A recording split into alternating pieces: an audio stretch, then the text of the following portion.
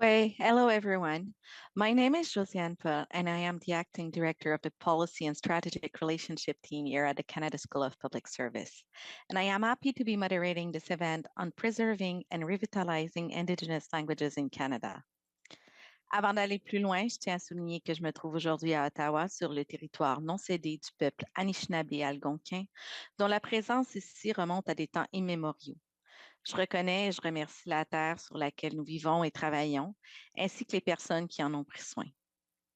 Some of you today may be joining us from various parts of the country, and I therefore encourage you to take a moment to recognize and acknowledge the territory that you are occupying. Saviez-vous qu'il y a plus de 70 langues autochtones au Canada? Les langues cri qui comptent plus de 100 000 locuteurs, l'inuktitut et l'ojibwe, sont les langues les plus fréquemment déclarées parlées, et ce par plus de 2 tiers de la population autochtone. Dr. Wade Davis, anthropologist and leadership chair in culture and ecosystem at risk at the University of British Columbia, stated in 2019 that a language, of course, is not just a set of grammatical rules or a vocabulary. It's a flash of the human spirit, the vehicle by which the soul of a particular culture comes into the material world.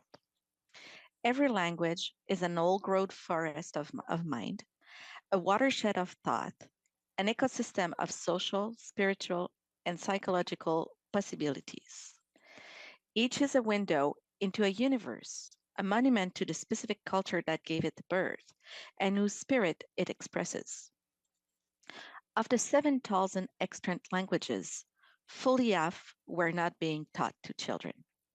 Every fortnight, some elder passes away and carries with him or her into the grave the last syllables of an ancient tongue. Every 2 weeks, another language dies.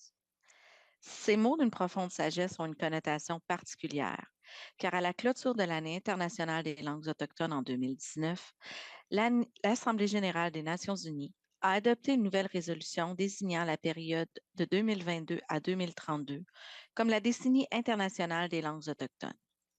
La résolution a déclaré qu'il était essentiel d'attirer l'attention sur la perte critique des langues autochtones et la nécessité urgente de les préserver, de les revitaliser et de les promouvoir, et qu'il fallait prendre des mesures urgentes au niveau national et international pour y arriver.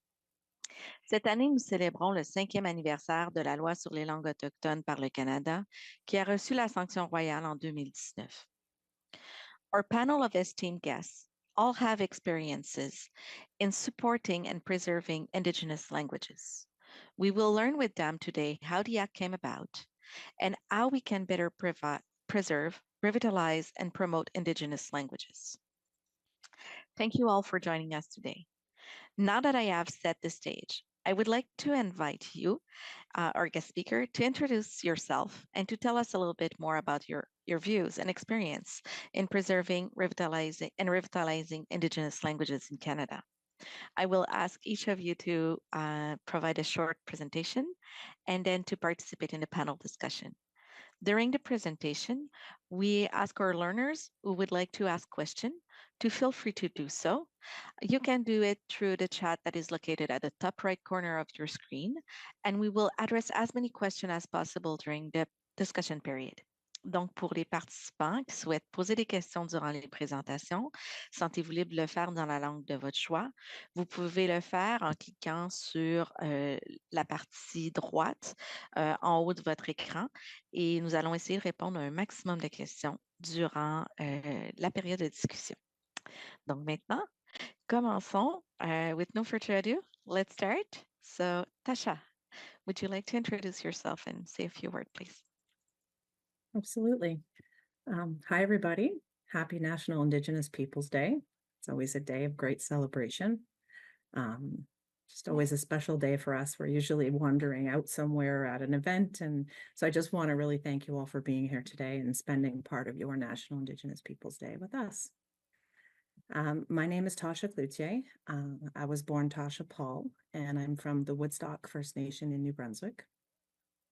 Our language is called the Wolastoqiyik Ledawaiwagan, and it is an endangered language. I think there's probably about a couple dozen speakers left. So it's really with great humility and super sense of responsibility that I come here today to talk to you about the Indigenous Languages Act. Personally, now I'm working in the Indigenous Languages branch at Canadian Heritage. I've been there for a year, and I'm really enjoying my work in this particular unit. And I'd just like to talk to you a bit about the Act and, how it came about and what we're doing with it. So, as Josiane said, there are more than 70 Indigenous languages in Canada. Many of them are unique and have key elements connected to culture and identity. 3/4 of the languages are endangered, but none are considered safe. And in the 2021 census, only about 237,000 people said that they could conduct a conversation in an Indigenous language. And that's about 13% of Indigenous people. I think a lot of you are familiar with the Truth and Reconciliation Commission and their 94 calls to action.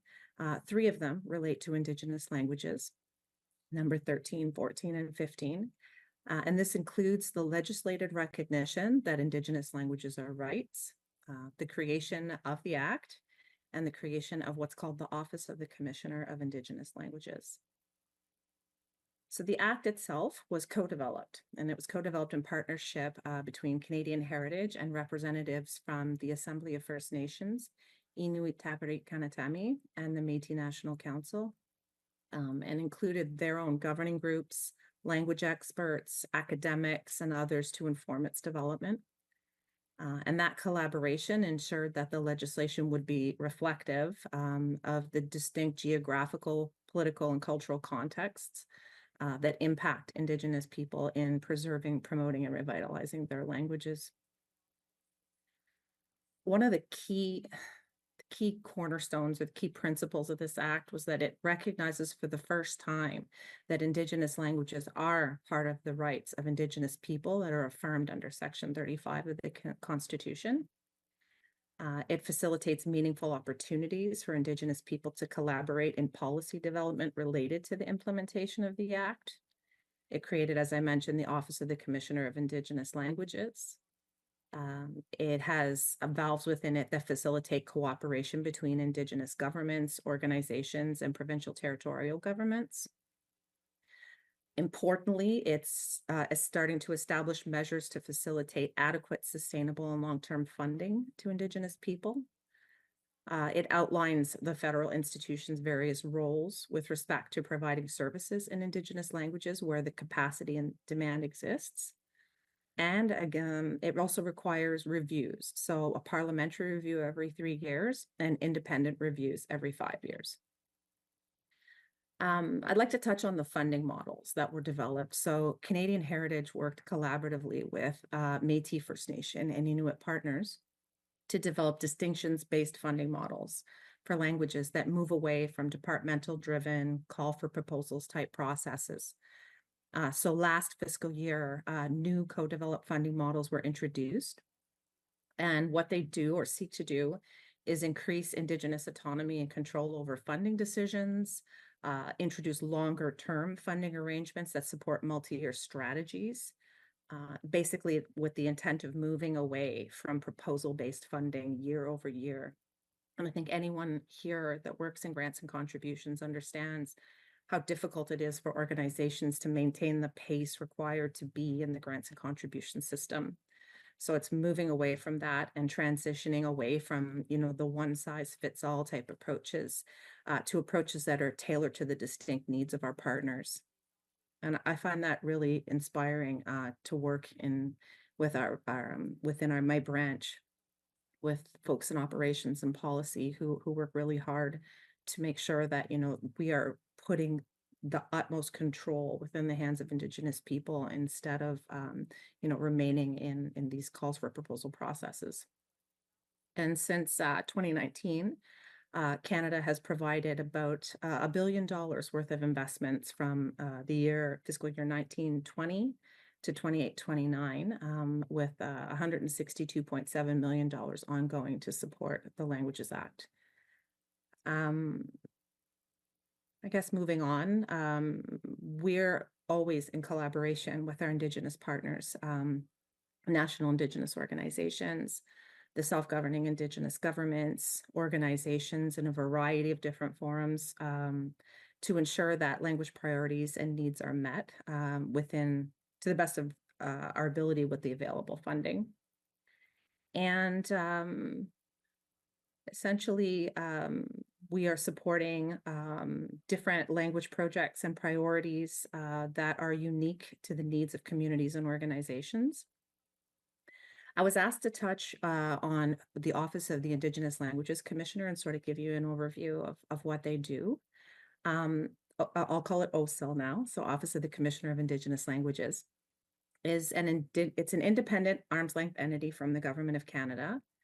Their mandate is to support Indigenous people in their efforts to reclaim, revitalize, maintain, and strengthen languages, to facilitate the resolution of disputes and review complaints that's all set out in the Act, promote public awareness of the richness and diversity of Indigenous languages.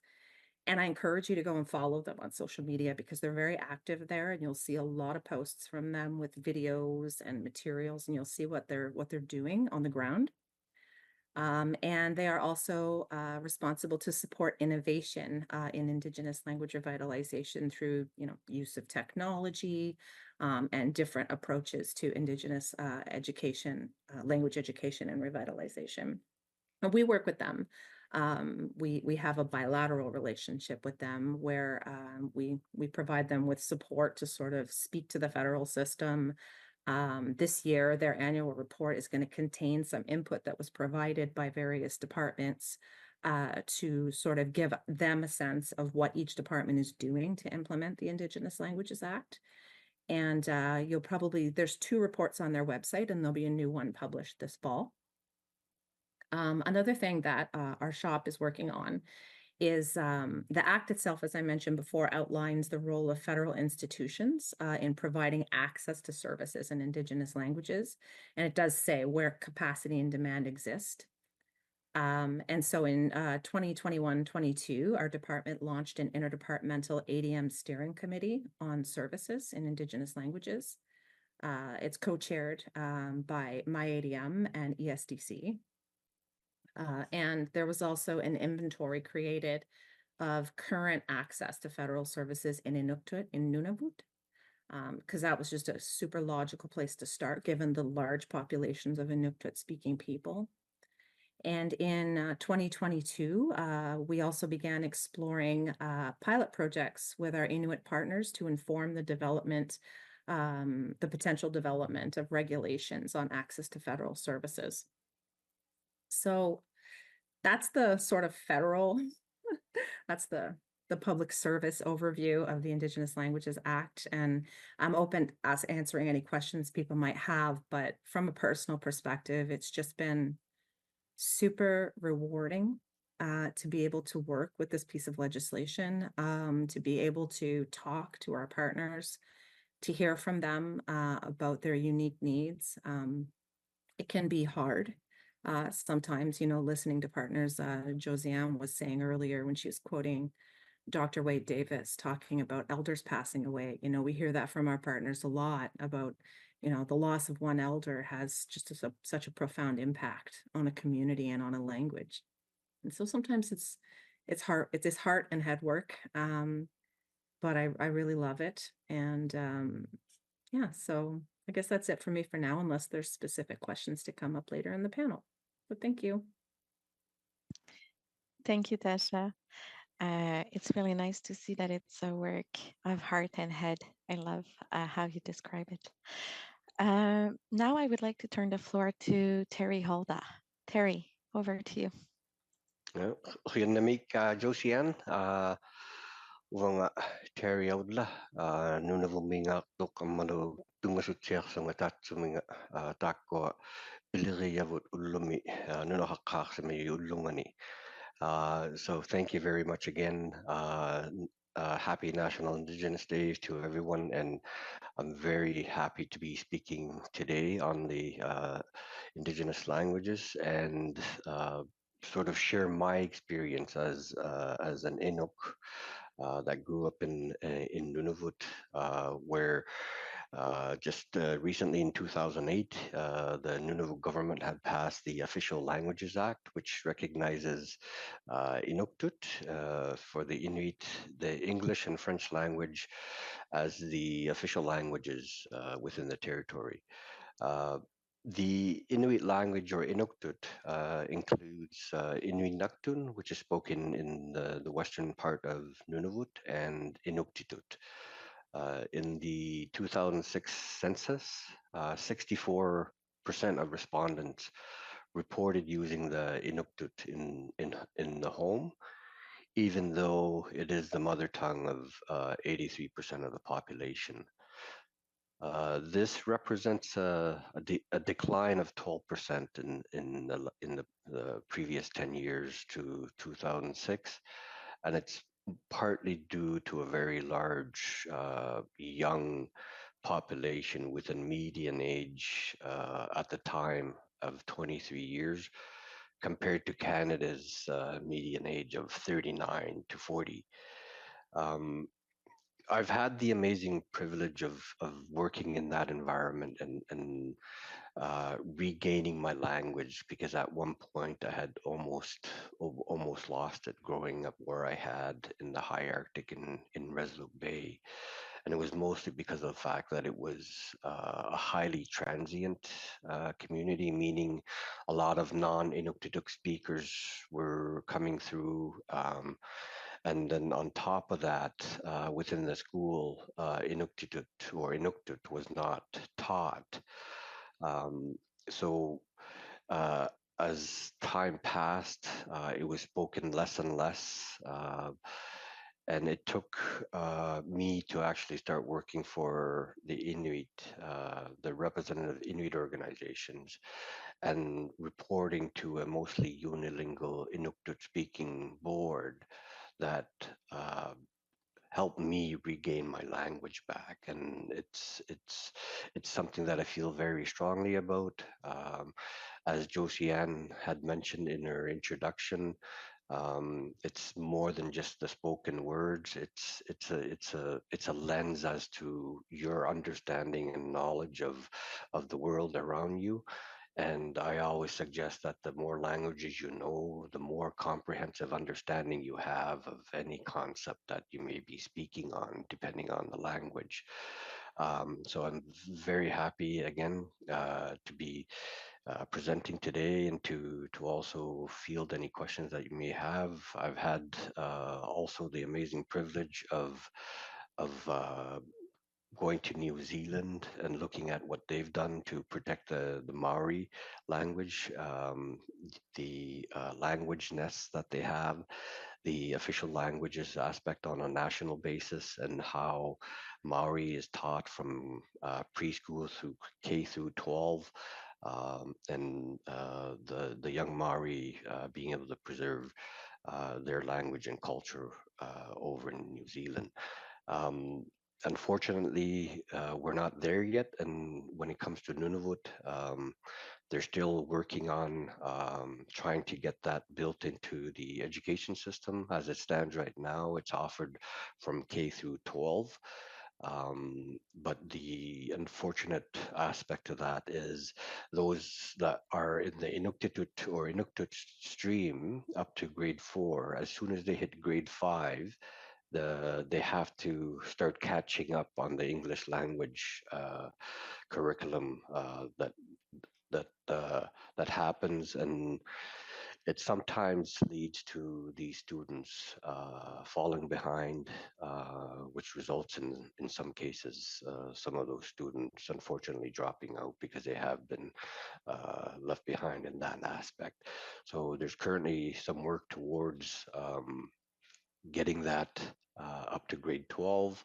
Um, I've had the privilege as well as president of Inuit Kanatimi to work with Mary Simon, who's now the Governor General, on working towards standardizing the written language of Inuktitut, considering that the writing system itself was created by non-Inuktitut speakers called syllabics, which ourselves, the Inuit and the Cree, share when it comes to the writing system based on the actual syllables of our Inuktitut language.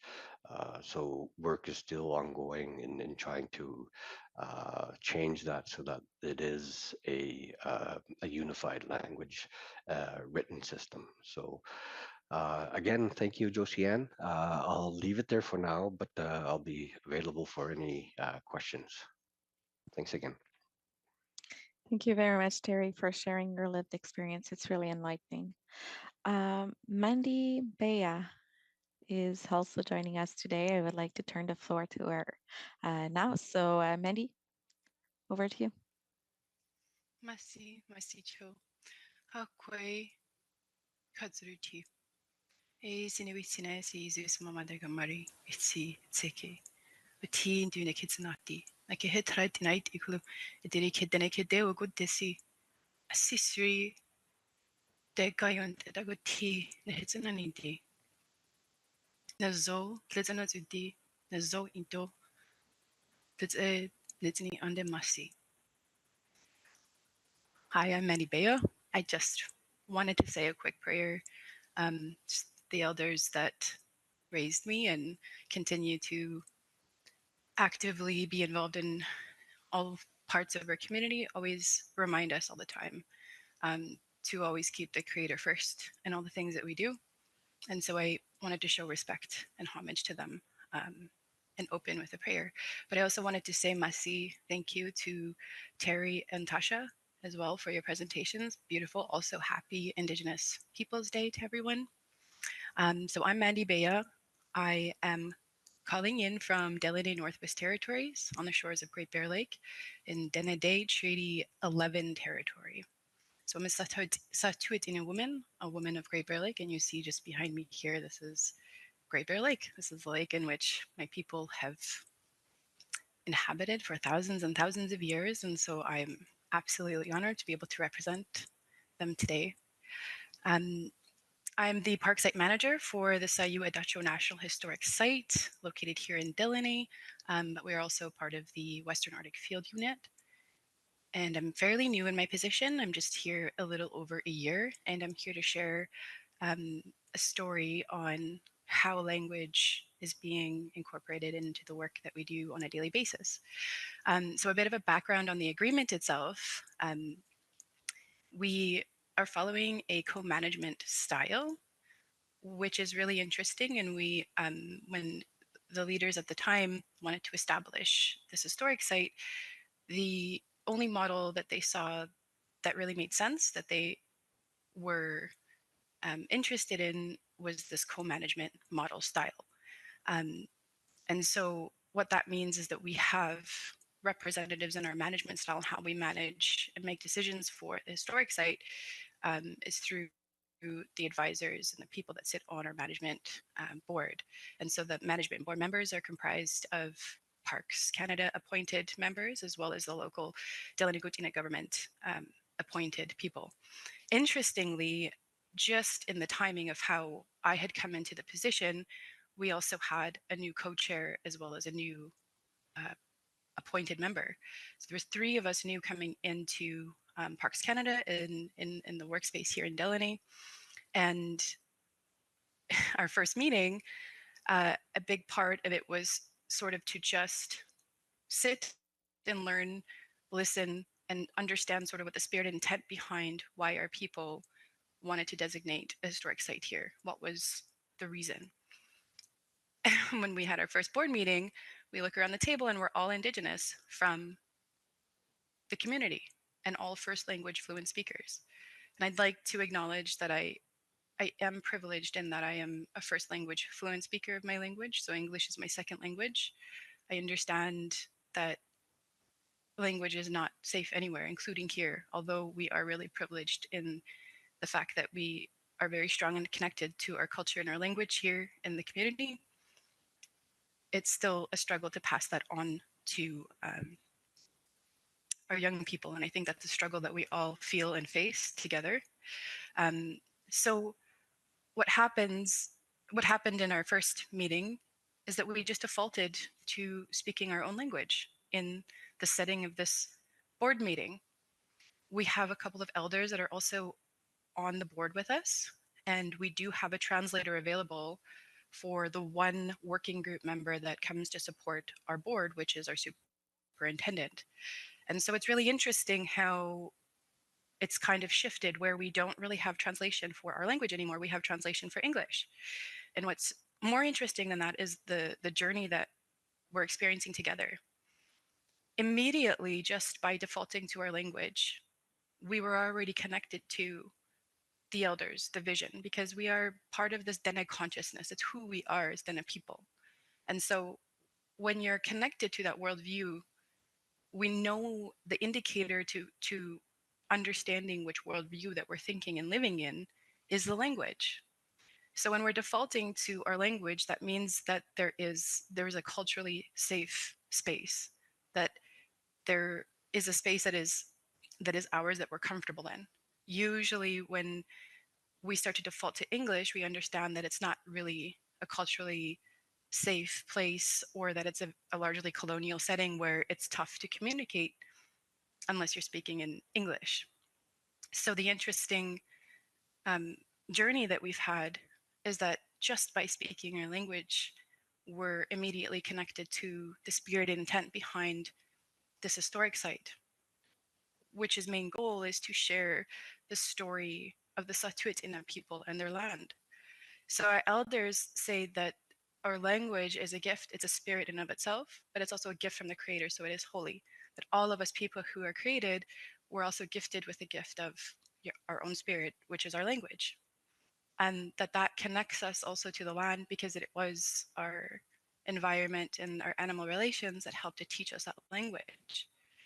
That connection is so deep and ancient that it also transcends time and space. And so when we're talking about historic sites and stewardship, we're talking about protecting and preserving land, there's always that element that how do we connect our young people to the land? Because we know that the language thrives and is strong when we're out there. This is why the land is so important to us. It's not just our survival. It's not just our food. It's who we are. It's part of an extension of who we are as human beings, to be connected this way. And so the language really is that pillar for our culture, a pillar for who we are. And it's much more. When we talk about language, it's like we're talking about something huge.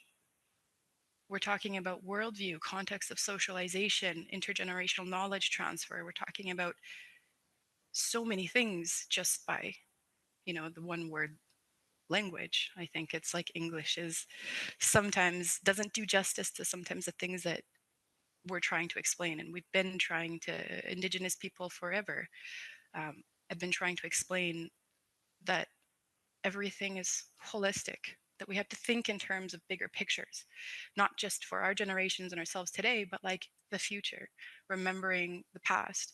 And our language is the tool and the mechanism that helps us to do that. And you just are in that instant connected to past, present, and future when we're in that language. And so I'm really excited about the work that our management board is proposing to do, the goals that we're trying to reach. And it's always in the spirit of supporting our Dela-Nugutina government, which is our local Indigenous government. It's always in the spirit of promoting, protecting language, culture, identity.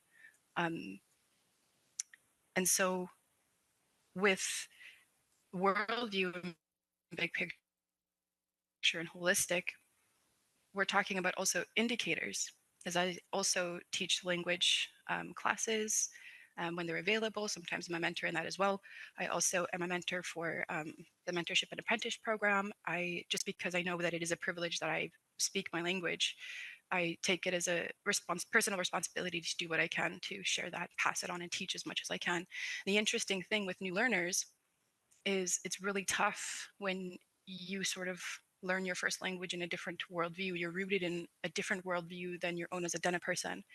And so when we're teaching language and they're asking just simple things of how to introduce yourself or good morning or these types of things that we have in our day-to-day, they don't actually exist in the context of our worldview. And so we've sort of evolved somewhat some pieces of our language, but what's more interesting is that we're connecting our young people or new speakers to their history, because even something as simple of talking about your relationships, who you're related to, your kinship ties, is a completely different model and understanding in our perspective, in our worldview, than it is in the Western sense. So, as an example, we have multiple words for, it's not just auntie and uncle. It's so specific to us in that it's like our aunt or our relation from our mother's side or our father's side. And that in turn creates this huge, complex social structure. And the ways and the protocols and the laws that we have all kind of inform our social structure. But the language essentially is what has been the mechanism and the vehicle in which connects us to all of these things simultaneously. And so language in and of itself is important for sure. But when you're understanding it as an indicator, especially social indicators of health, when we look at, you cannot talk about language and identity without talking about colonization, revitalization, reconciliation. There's a reason for that, because our social structure currently in the communities that we live in, or the reserves or the settlements across Canada, are not traditional cultural spaces. They were like imposed spaces that we've evolved to navigating throughout history. And so, well, what does that mean? I don't know. Until we nowadays we have, we're so lucky to have these conversations. We're so lucky that now there's an interest in understanding Indigenous people stories, worldview, and what this means in this era of reconciliation.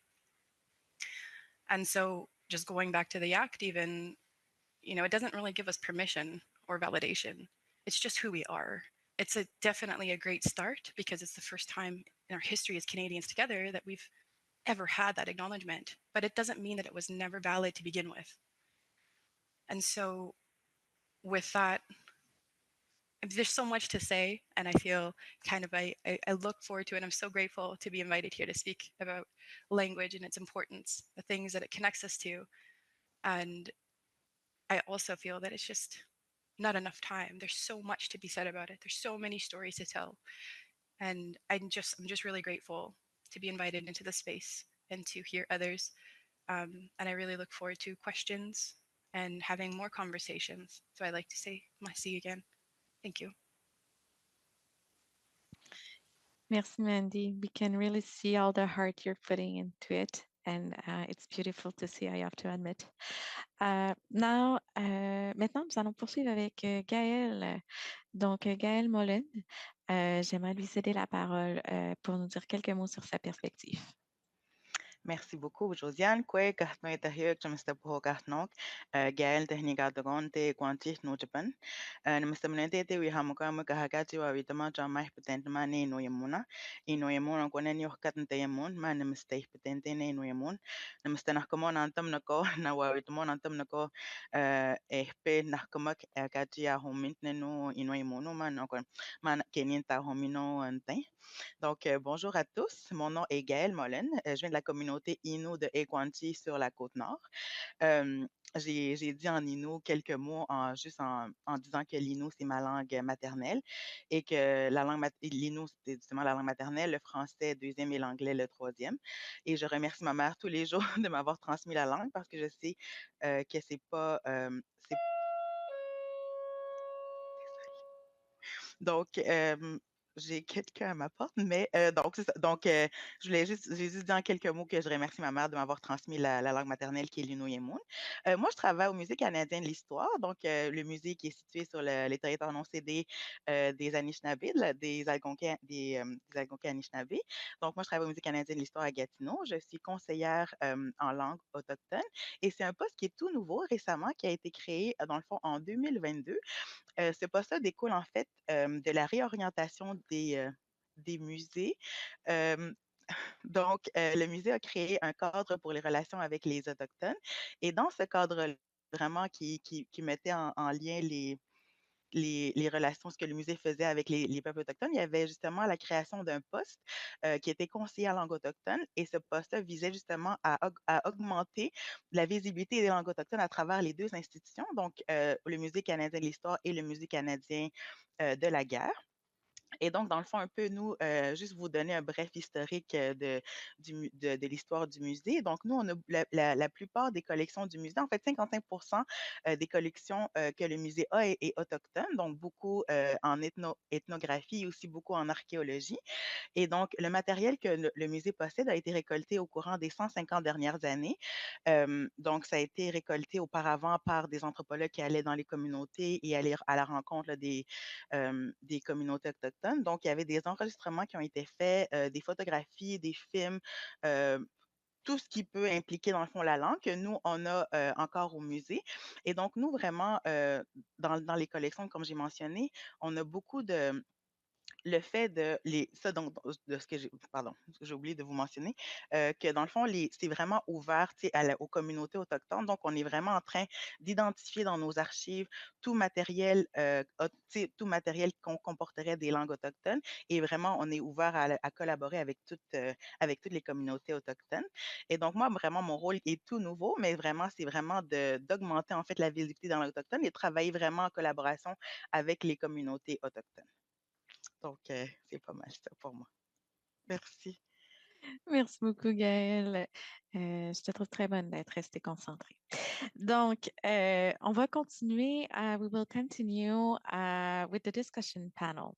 I know you have touched a little bit on it, like lightly, each of you while you were speaking. But now I would like to hear you speak a little bit about how Indigenous languages are included in your work and in your organization. Donc, pouvez-vous me donner des exemples sur la manière dont les langues autochtones sont incluses dans votre travail, dans votre organisation, des exemples un petit peu plus spécifiques? So, I will start with Terry because he seems to have had a few examples that you could share with us. So, could you please start? Okay, well, thank you, Josiane.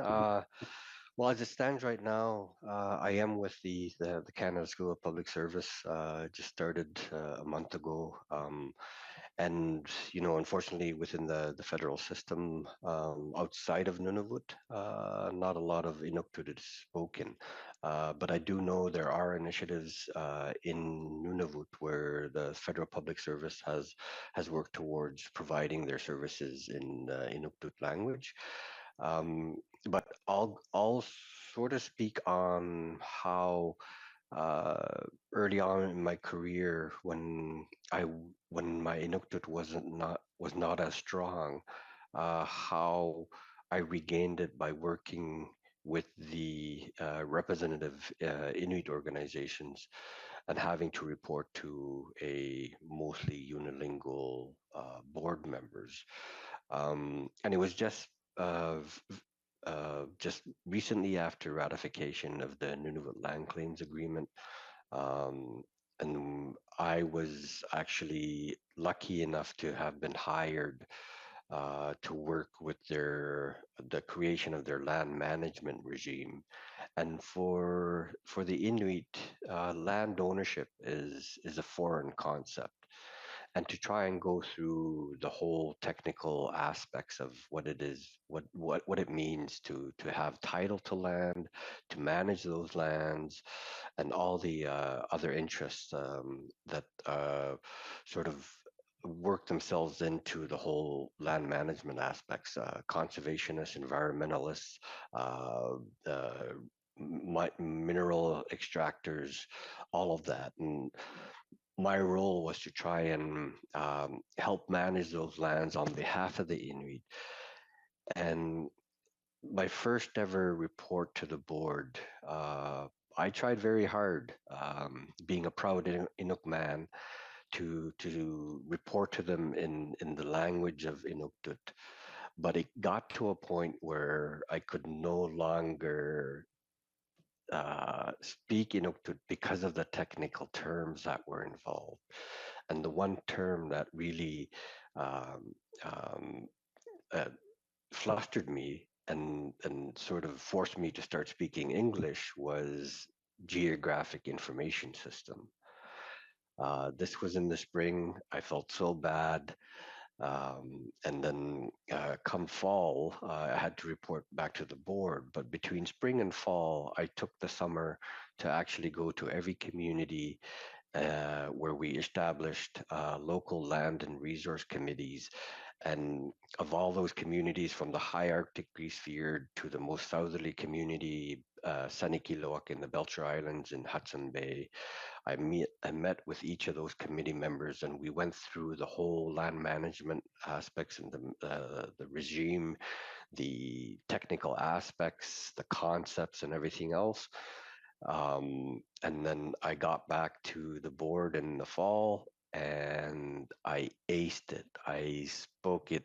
I reported all in Inuktitut, and it has to be one of my proudest moments because the board members actually remembered me from the spring when I flubbed up,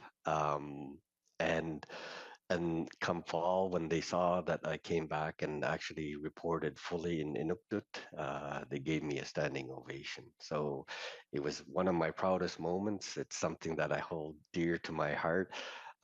It's something that I will never relinquish again. It's truly a gift to be able to speak Inuktitut, and if there's any way I can help to keep the language strong, I'm here for that. And it's just something that I feel would only enrich others. So I'll leave it that for now. Thank you, Josiane. Thank you, Terry. And Mandy, you also touched a little bit about it when you were discussing how your board is has naturally moved on speaking your own languages while speaking and connecting it to the way you conceive the world. Can you explain us a little bit, maybe make it a little bit more, give us a little bit more concrete example about how you have applied it in the management of the site that you're taking care of? Hi, Messi. Terry, wonderful story and congratulations. It was really heartwarming. So yeah, thank you, Josiane. Here in Delaney at the Sayua Dutch National Historic Site, our management board, every meeting is completely in the language. So I'm also literate in the language, so I can read and write in the language. And so I usually help and support doing the minutes as well in the language. So what's really important about that is that these stories naturally come out. So what's interesting is that we're also connecting with the elders that are there with us, but we're also connected to the importance of what life was like on the land before the settlement existed. So we're also really fortunate that that generational gap between, where the knowledge was sort of broken, or that intergenerational knowledge transfer gap is between my grandparents and me. So it was my parents in that generation that went to residential school where a lot of that disconnection happened. And so we're really fortunate here in Delaney where we can really just go talk to the elders, or the people of my grandparents' age group, to understand way of life. And really, this is sort of what it's all about for us. Being Dene, that's who we are. Well, what does that mean? Well, we were created this way. It is our destiny to be created who we are, as whatever Indigenous people that we are, whatever people that we are. We are born with a sort of destiny, and we're given the gifts and the spirit and the support in us. So I was born in this life as a Satuit in a woman, which comes with the gifts of my language, my culture, and all the connections of my ancestry, and also the land. And I've always said this in the past, and probably because one of my mentors or elders had said it and it just stuck with me, is that if you want to talk to the land, or for instance, if you wanted to talk to the lake, what would that conversation look like? I mean, we talk about land acknowledgements now, and I try not to squinch my nose at that, because if you were really going to pay your respects and talk to and make a connection and a relationship with the land or the lake itself, and this is the only way that you can actually protect, preserve, conserve, is to be in right, balanced relationship with the things that are around you. As Indigenous people, for thousands of years, this is who we have become. It's living in that balance is who we are. And it's our responsibility, not to anyone else, but to the Creator as well as to future generations, because it is a gift for us to live well. these things, we were loved so much by the Creator that these are gifts for us to live well, to thrive, to love, to give. All of those concepts of what we think are just basic human, just basic is human beings to have love and respect. Well, those are foundations of living right and in balance with the land. And so if you wanted to talk to the land wherever that you are, it would speak back to you in the Indigenous language of the people of that area, because the Indigenous people of those areas are the living extensions of the land itself. Even the names that we identify ourselves with comes from the land. I'm a human being flowing from Great Bear Lake is essentially a direct translation of what Satu'atina means. And so with this co-management, it's really interesting because we have an agency of Parks Canada who also have the mandate to also conserve, protect, promote, and now with reconciliation are really listening to and trying to incorporate and honor things like UNDRIP, truth and reconciliation. I have to really give a shout out to the Western Arctic Field Unit and my colleagues, all the people that I work with there, for really taking that to heart, for always creating a safe place for me to always be myself, and also to brag a little bit that we also have a high percentage of Indigenous managers in that field unit. But I digress, going back to sort of an example of what we're wanting to do. Again, even with the key area strategies and the mission and the mandate of even what the historic site represents, just by being able to listen to these stories, to understand way of life, what that means, preparation for the future. We also have a history of 4 prophets in our recent histories, holy men, in our community, which really guides and dictates a lot of the things that we've done, all the way things from self-government to, you know, everything that we do politically even is really driven by and on the foundations of the elders and their stories, who they were and their spiritual leaders. So we're really fortunate that we have that connection still. Um, but even just with the goals and the things that we want to do in the site, it's about really connecting our young people to the land, to the history, to make safe harbors, to open up these traditional territories to the families and the communities, because that's where we get healing. That's where we live well. That's how we uncover and reveal this destiny of who we are as Satu'atina people. How do we share that with the world? How do we share that story about living right and being in balance? And how to honor the lands that we live on? And so these are the things that our board talks about. And it's so beautiful and inspiring. It's not just a board meeting anymore. You're talking about purpose and destiny and how we can work with each other. How do we take down these barriers?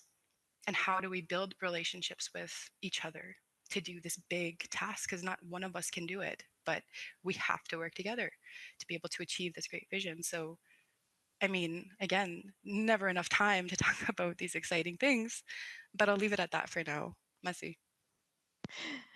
Thank you, Mandy. I would like now to call on a little bit more on Gail and then Tasha. You have all spoken about how Indigenous languages are included in your work, but one of the things that I was wondering is what benefit have you found out while applying and taking care of the Indigenous languages in your work. Donc, qu'est-ce que vous avez appris dans les avantages d'inclure les langues autochtones dans votre travail au quotidien? Qu'est-ce que vous avez vu que ça l'a apporté? Donc, je vais commencer par Gaëlle, ensuite je vais me tourner vers Tasha. Oui, ben, en fait, comme j'ai mentionné plus tôt, nous, le Musée canadien de l'histoire fait partie, dans le fond, un des musées les plus visités au Canada. Je crois que le musée accueille annuellement à peu près 1 million de visiteurs, que ce soit des Canadiens ou des visiteurs internationaux. Donc, nous, le musée, vraiment, le mandat, c'est d'accroître tu sais, la connaissance par rapport aux cultures, à l'histoire aussi canadienne. Et donc, en rendant les langues autochtones visibles au musée, ça permet justement aux visiteurs aussi, mais aux autres Canadiens, de voir que les langues autochtones sont encore très présentes ici au Canada. Juste pour vous mentionner quelques exemples, plus tôt, vu que j'ai pas pu répondre à la question précédente. Depuis que j'ai commencé mon emploi en tant que conseillère, pour les gens qui sont déjà allés au musée ou qui ne sont jamais allés, le musée possède beaucoup de guides du visiteur en plusieurs langues, en français, en anglais, mais aussi dans plusieurs autres langues internationales, mais il n'y avait aucune langue autochtone qui était présente. Donc, la première année, on a fait traduire notre guide du visiteur en Anishinaabe-Mohin, en Inuktitut et en Michif. Dans le fond, c'était les trois langues qui représentaient, dans le fond, les trois groupes autochtones du Canada.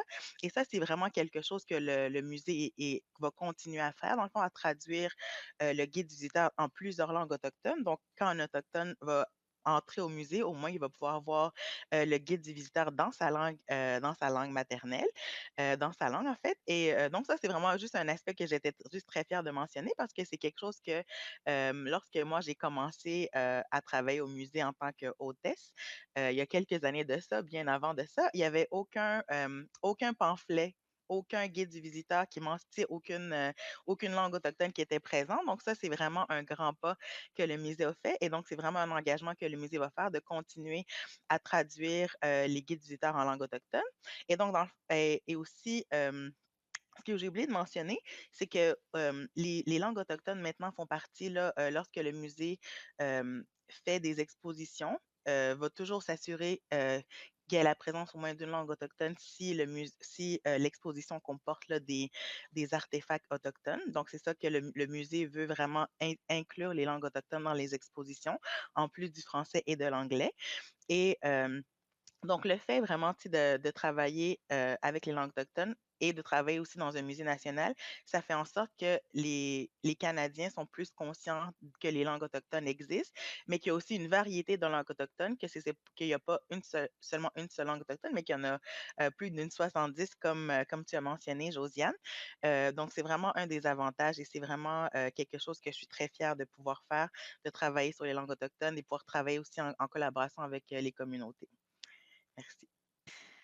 Thank you, Gail. And it's true, everything that you have said, the fact that you take the time to translate in multiple Indigenous languages, the welcoming pamphlet for the museum, and you make time to include those Indigenous language in your event. It's part of education, right? And making you be seen to others. It helps people to understand you and hear from you. So I think it's a really nice step for a more inclusive society.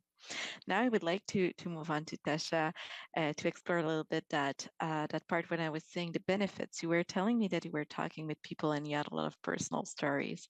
Have you seen some of the benefits of including Indigenous languages and working on that and implementing the Act and the work that you have done? I would like to hear from you. Thank you, Josiane. I think I'd have to say first, like I'm still sitting here, really just taking in what's the stories that are being shared by Mandy, Terry, and Gael, and just really feeling,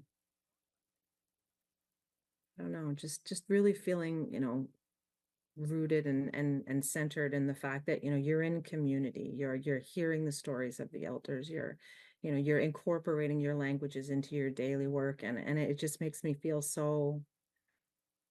I want to use the word jealous, but it's not the right word. But it just makes me feel so heartened. Because, as somebody who lives in Ottawa and super far from home, I don't have that access to my elders or my language. It's just so beautiful when I get to hear how people are applying that on a daily basis in their work. And, there's a couple of questions that have come in while the panel has been going on. One of them, I mean, this particular question is, what are the benefits of including Indigenous languages in your work, in your organization?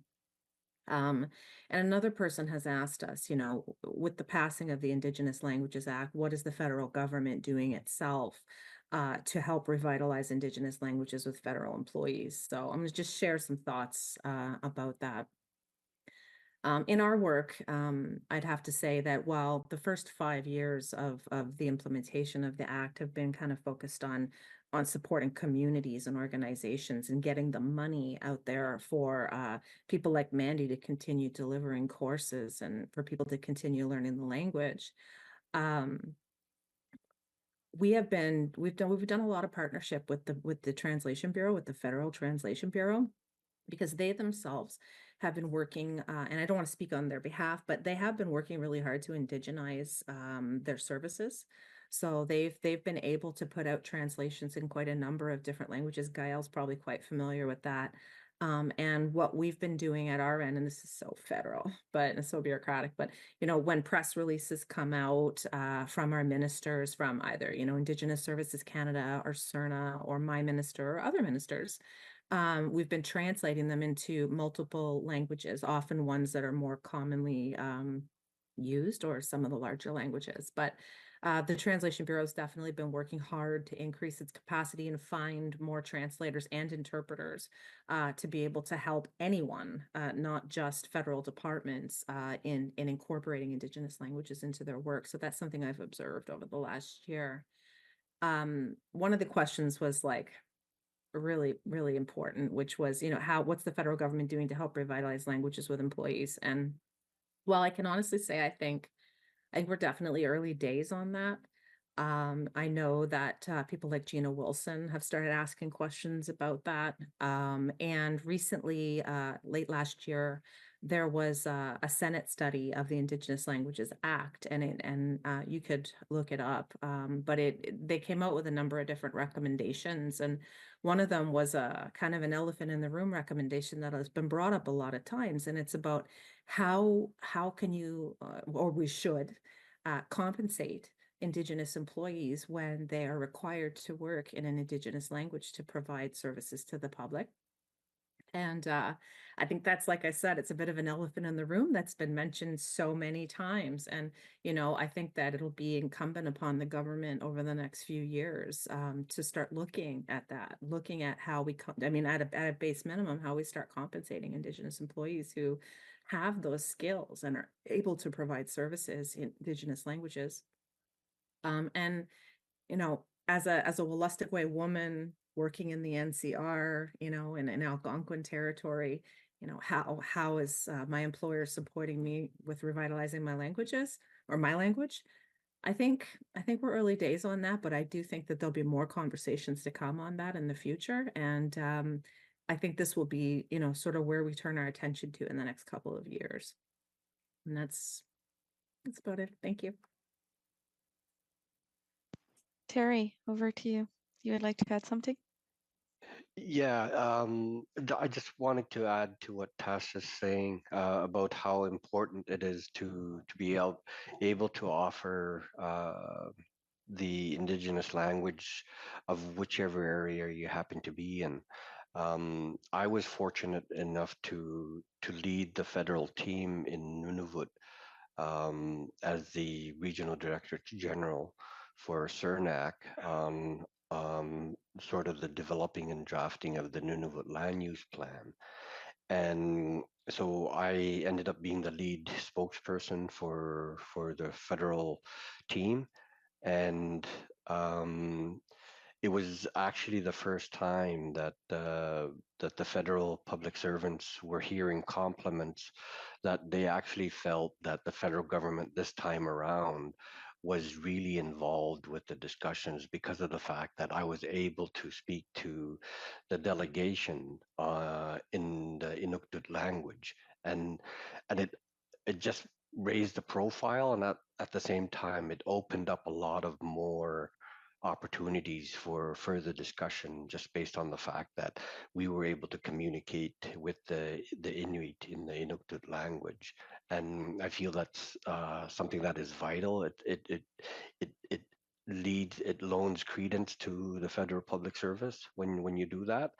And if you happen to be in that geographical area, you need to make sure that you have the people that you are working for understand you and that you're able to communicate with them. And I think that's something that the federal government is truly working towards, and it'll only bring more to the actual services that we provide as federal public servants. Thank you, Terry. And actually, it's the perfect segue for the next question that we have, because we will be moving to the question part of the conversation, where we will take a few questions.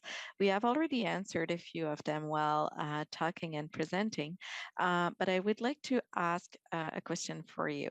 And this one is a little bit from me and a little bit from my colleague. Is sometime as public servant, we feel a little bit helpless. We would like to know what, in your views, could help public servants to support Indigenous language moving forward. Donc, qu'est-ce qu'on peut faire en tant que fonctionnaire pour aider ce mouvement-là, pour maintenir les langues et les revitaliser? Who would like to jump in? Mandy, over to you. I think that it's really hard as individuals, part of this great big system, and I totally feel you on that, in the helplessness feeling. But just like language being an indicator of so many bigger complex things, the solution is also big and complex, and there's not really an answer for that. Like, for instance, we do have, translation services. We are always asked if we'd like things translated in our language if we're posting things. We do have translators available, but beneath that is, we need language champions in our communities. We need to actually build career paths with language that are rooted in, because one day, or maybe in a couple decades, are we going to still have translators available, interpreters available? Because right now the federal government really works to depend and lean on with translators or whatever, but like, if we don't actually take this seriously and the federal government start to work with its own agencies in its own government, like, for instance, education and training, how do we promote that? Because we need to actually have, like, the youth see this as well. What's the use of learning my language if it's not valued or needed? Because they want to be, they have dreams and hopes and goals for themselves to attend university or to work or to, have a livelihood. And in that scenario, especially in small isolated communities, and I'm sure it's the same in reserve systems, how is a language going to be a mechanism to help them into a better life if it's not valued in any other spaces? So if, for instance, one of our youth wanted to go and pursue, wanting to learn their language, but in the meantime can also be accredited to be an official translator, or to be a teacher, or to do, whatever. We have amazing curriculums that were built by our current language leaders today, but there isn't nobody stepping up to replace and to carry on and move forward that work. So as partners, as the federal government, more than just this act and providing funding, we have to incorporate that and work together with the community to build these champions and to really truly value Indigenous languages. Because with that respect and value, and having that special place within the context of our society generally, that will leave pathways to and inspire language leaders to step up. So I think, one, it's to always create safe places for people to speak their languages, for sure, to be interested. But it's such a bigger issue that really requires a lot more work and time, which there's never seems to be enough of. But I'll leave it at that. Anyways, I just wanted to say that because I know that is a hard thing for a lot of people, especially Canadians who do want to help, who do want to be part of reconciliation. But it's tough because a lot of people don't know how to help. How do we support these things? But these conversations are great ways of starting to come up with solutions. But I mean, just it's so much bigger than just what do we do in our day to day, aside from the people who are speaking the language, speak it anyway. Speak it as much as you can. But we do need to find pathways to make it like actually valued. And there are spaces for our young people to start coming up and being language leaders. That's what we need. We need the training and support to make those entrenched parts of our, day to day. Thank you. Thank you, Mandy. Tasha, I see you nodding. I think you agree with with what Mandy said. Pretty much agree with everything Mandy says. This is the conclusion I've come to today. Everybody needs more Mandy in their lives. See, Mandy, you will have a full-time job speaking to us for the next years. The next question will be for Gaëlle. Donc, Gaëlle, on parlait de problèmes de traduction, de problèmes d'avoir les gens, la continuité dans la langue. Il y a quelqu'un qui se posait la question, comment au musée on gère justement ces problèmes-là de traduction, de traduire dans des langues autochtones, quand il y a différents dialectes, des manques de traducteurs, comment on peut continuer à faire des efforts dans le sens de la revitalisation et de la promotion des langues autochtones quand on fait face à des défis comme ceux-là? Oui, c'est vrai que oh, mon micro est ouvert. OK, pardon. Oui, c'est vrai que oui, c'est un peu compliqué justement là, pour trouver, tu sais, justement pour nos guides, là, de trouver le bon dialecte à choisir, de trouver les bonnes personnes qui vont traduire les textes. Et dans le fond, nous, comment on fonctionne, c'est qu'on va toujours préférer de travailler avec un membre de la communauté. C'est sûr qu'il y a des langues que c'est un peu plus difficile de trouver justement des gens tu sais, qui vont pouvoir le traduire. Donc, on fait souvent affaire avec le bureau de la traduction qui est, tu sais, puis je sais que c'est vraiment dépendamment justement des langues. C'est pas toujours facile de trouver des gens en communauté qui vont pouvoir nous aider à faire la traduction, mais c'est toujours quelque chose que l'on priorise. Et donc, c'est ça. Donc, nous, au musée, on est vraiment conscients, tu sais, que dans les archives, on possède encore beaucoup là, de matériel qui est non identifié encore. Donc, c'est vraiment ça quelque chose qu'on est en train de travailler, d'identifier le matériel qui se trouve dans les archives pour justement de le je sais même pas comment on dit ça en français, digitaliser le matériel, puis pour ensuite là, le partager aux communautés, surtout pour les communautés dont les langues sont endormies ou sont vraiment en danger. Donc, on est vraiment en train de travailler sur ça. Donc, vraiment, tu sais, à partager l'information aussi, parce que je sais que c'est pas tout le monde qui connaît. Tu sais, ce que le musée possède. Donc, vraiment, de partager l'information, c'est vraiment quelque chose qui est très important pour nous. Merci.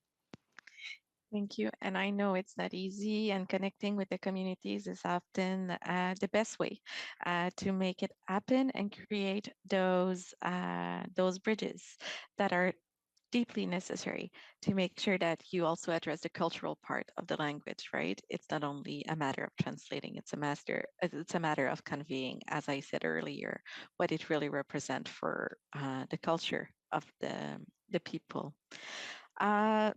I have another question coming in.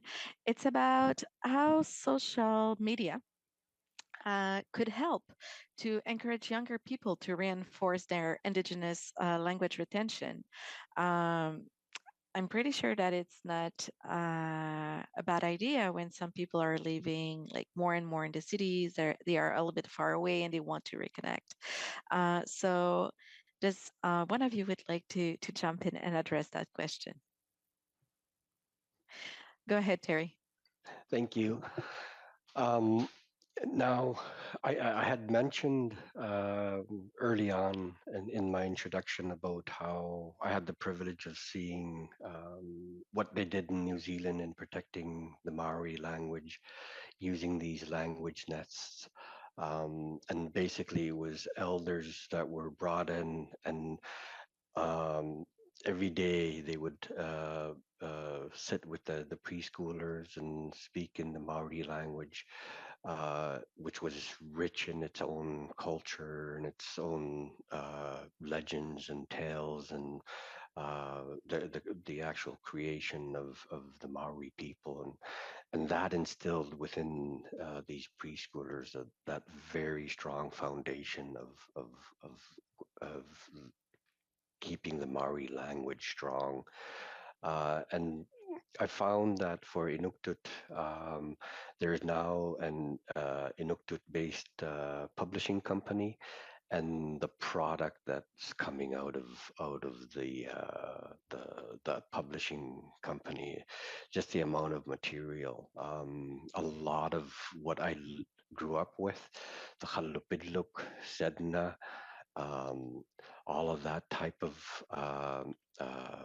legend that I grew up with, the warnings that I received from my mom about how you should stay away from open water and cracks in the ice. So rich in the understanding of the rights and wrong of or the consequences of bad behavior or careless behavior. Just put like Hans Christian Andersen to shame, and it's something that I think would only enrich our nation, is to have all of that, to bring it forward and to have it on social media sites and to have it readily available so that our young people can see and understand these origin tales and these legends and how the world was created, and how people were created. It just in my opinion only enriches the true fabric of our nation.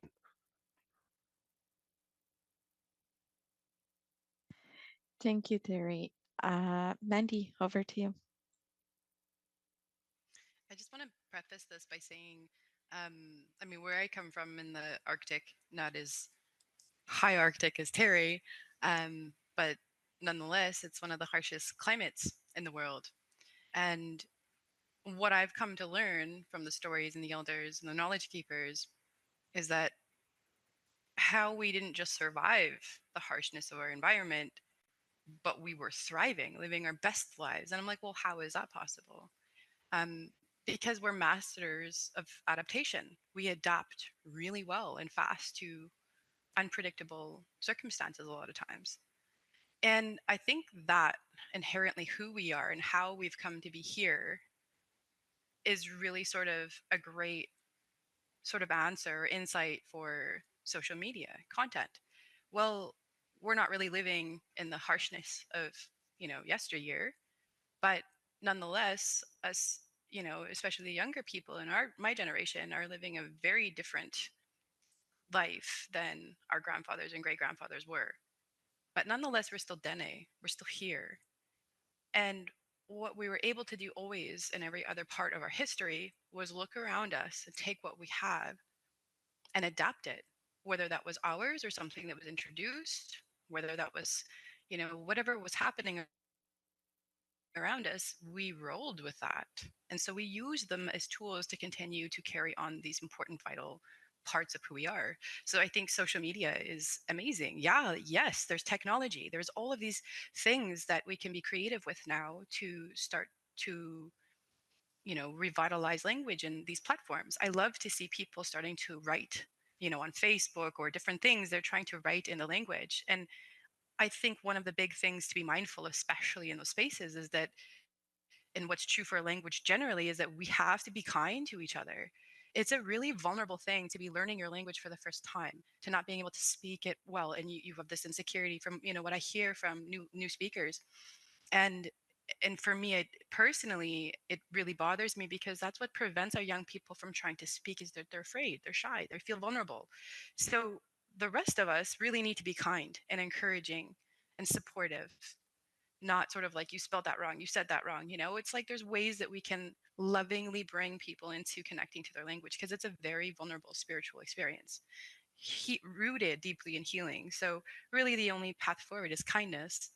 But yes, for sure, I think how we've come to be who we are is how successful we were at adapting.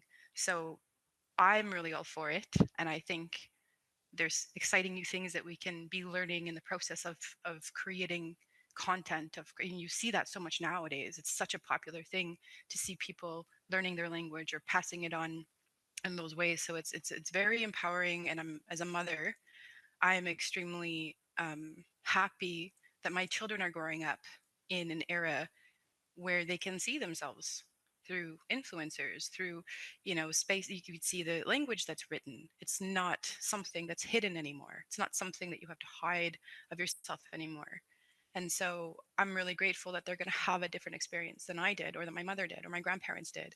And so I think, yeah, the more that we have these conversations and platforms to share, I think it's amazing. Missy. Thank you, Mandy. Tasha, would you like to add something? Yeah. Last year, I attended a language conference of the Métis Nation.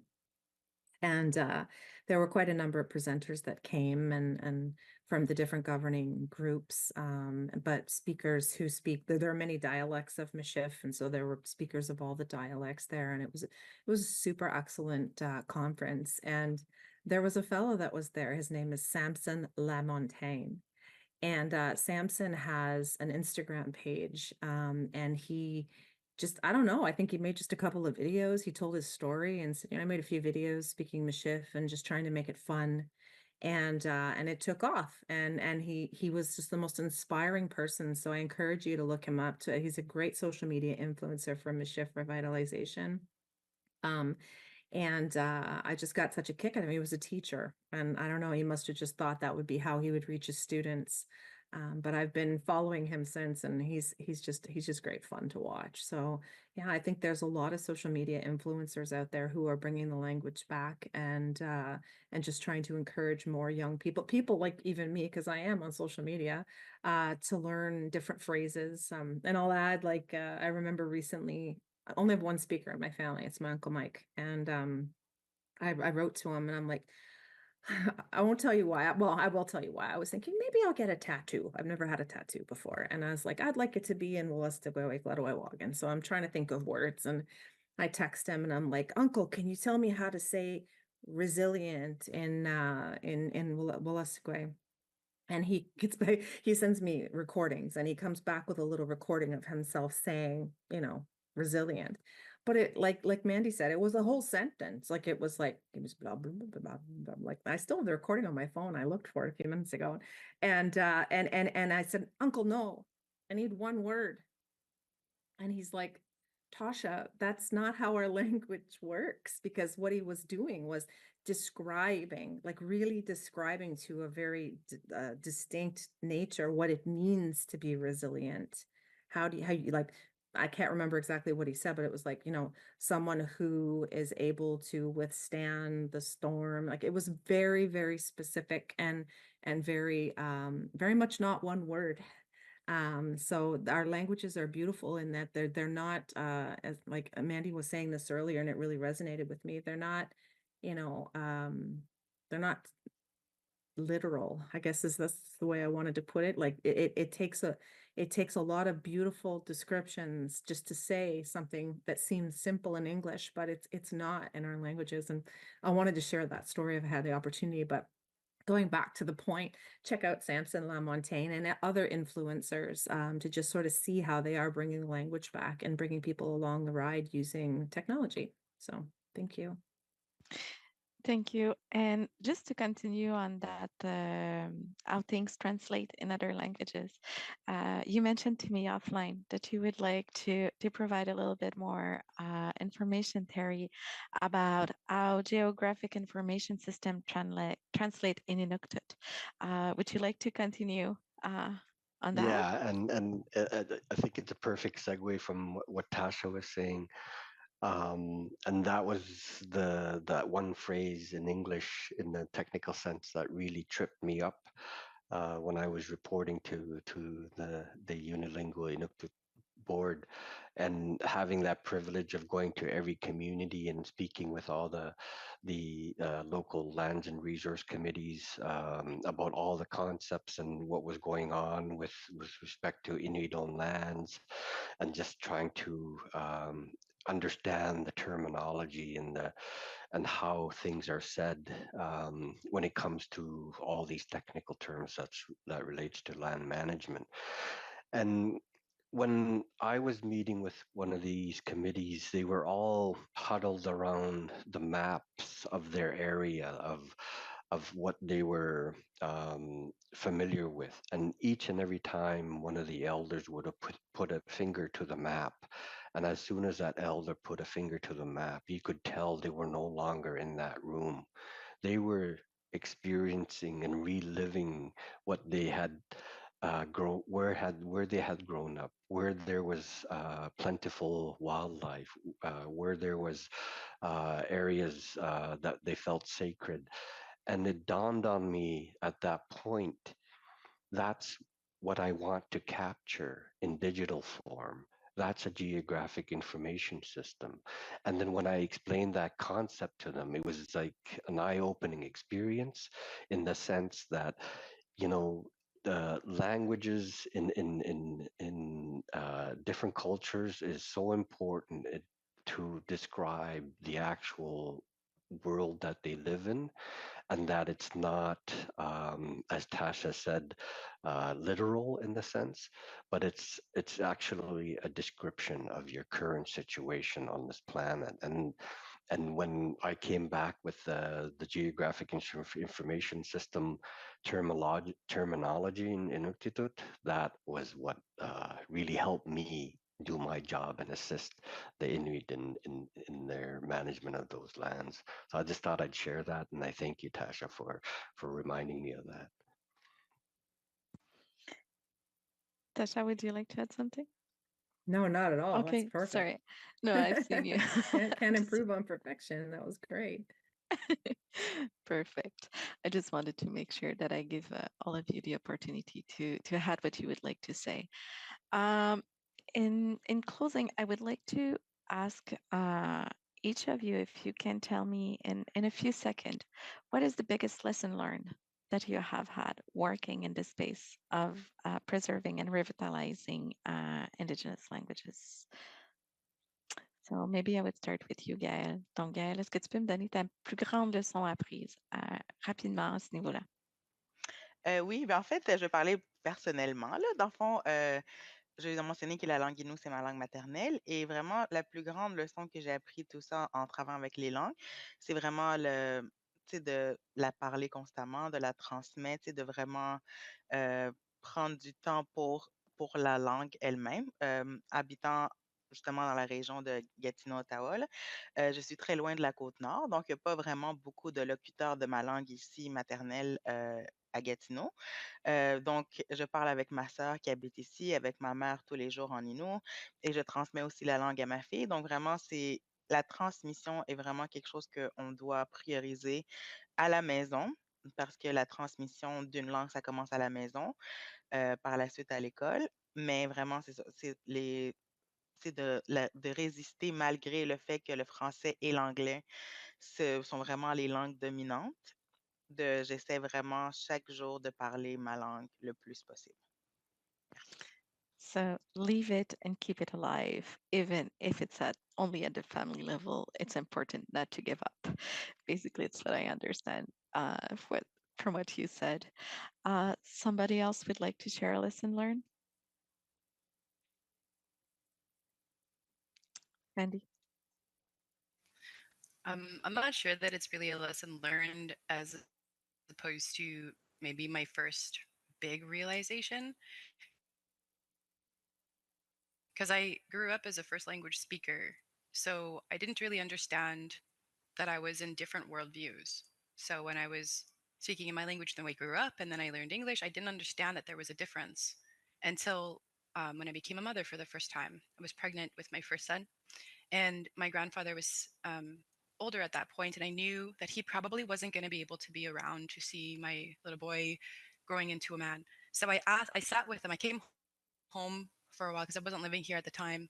And I came home and I sat with him for a solid week. Every day I recorded him. I'm like, okay, Grandpa, you're not gonna be here, when my boy is older. So what words of wisdom, what knowledge do you want to give him so that I can show this to him when he gets older? And for a whole week we did this. We just talked. And so I was like, I'm gonna write a book about my grandpa's life based on these stories, that I'm collecting from him.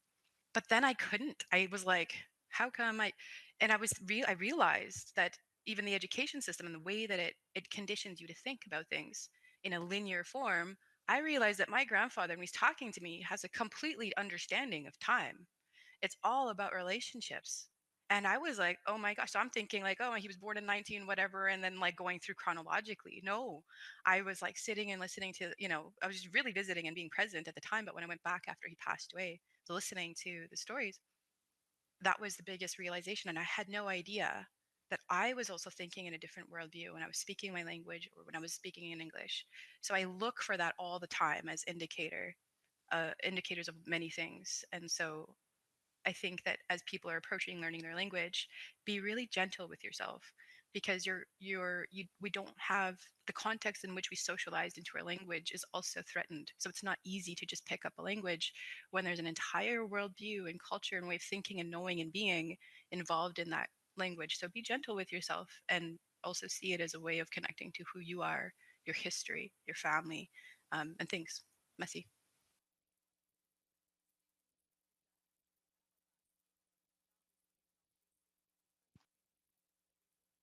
Thank you. Sorry, I had trouble to unmute. It had to happen by at least once during that event. So I think that it concludes today's event. Thank you so much for sharing with us your work experience, but also showing us how it's linked to your personal and lived experience, how languages are living things, comment les langues sont des choses vivantes avec lesquelles il faut travailler pour les préserver, les revitaliser, les voir grandir. So if we want to see them grow, and thrive, we need to take care of languages as much as we take care of our culture and ourselves. So, and we will have a lot to bring back to reflect on it. And I see all of you on the screen, and I see that just like me today, it was a conversation that leads to deeper reflection after we are taking back what you have shared with us today. So I'm deeply grateful to have had a chance to discuss with all of you today. On behalf of the Canada School, I would like to thank you, all of you again, as well as all of you across the country that took the time to receive that knowledge that was passed on to us today and being part of the discussion. J'espère que vous avez apprécié l'événement autant que j'ai aimé le modérer aujourd'hui et que vous en repartirez inspiré tout comme moi. Donc, l'école a encore d'autres événements et des cours à offrir. Je vous encourage à visiter notre site web pour trouver plus d'informations. I encourage you to visit our website to keep up to date with what the school has to offer. And once again, encore une fois, thank you, merci, miigwech. Have an excellent day, all of you. Thank you.